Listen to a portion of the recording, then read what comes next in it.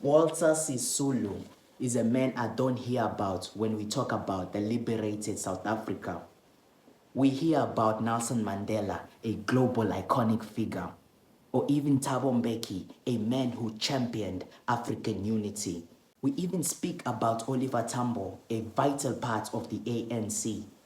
But Walter Sisulu was one of the few people who entered and worked in building one of the greatest generations in ANC history. If we talk about the liberated South Africa, Walter Sisulu, I would argue, should get more credit than anyone else, except for Nelson Mandela. These two men played an equal role in liberating South Africa.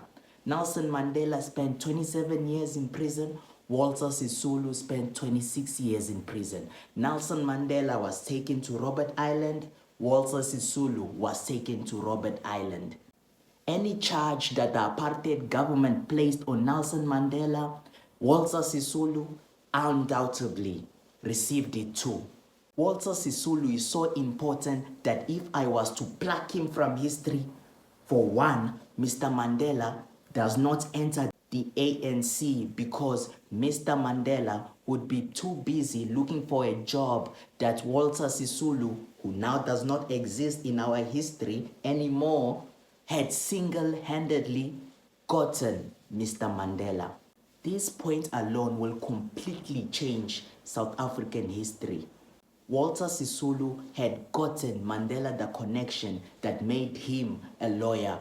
And as many people agree, he is the one that recruited Nelson Mandela into the ANC.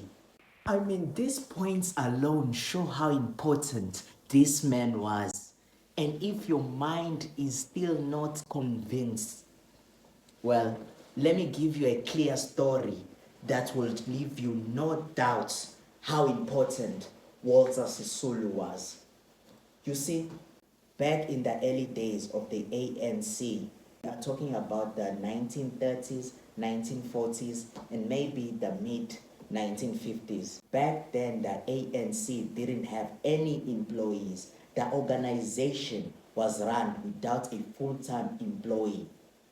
Walter Sisulu's job was earning him enough to live a comfortable life in a time when black people were working in mines and were getting paid little for their work.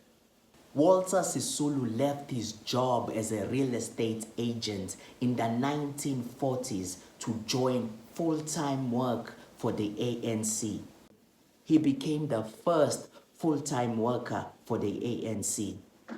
And he moved from a medium, well-paid salary to a bad one. This man was truly one in a billion. A man who pushed for freedom and was okay with others getting the glory and the fame while he worked in the background to get the job done.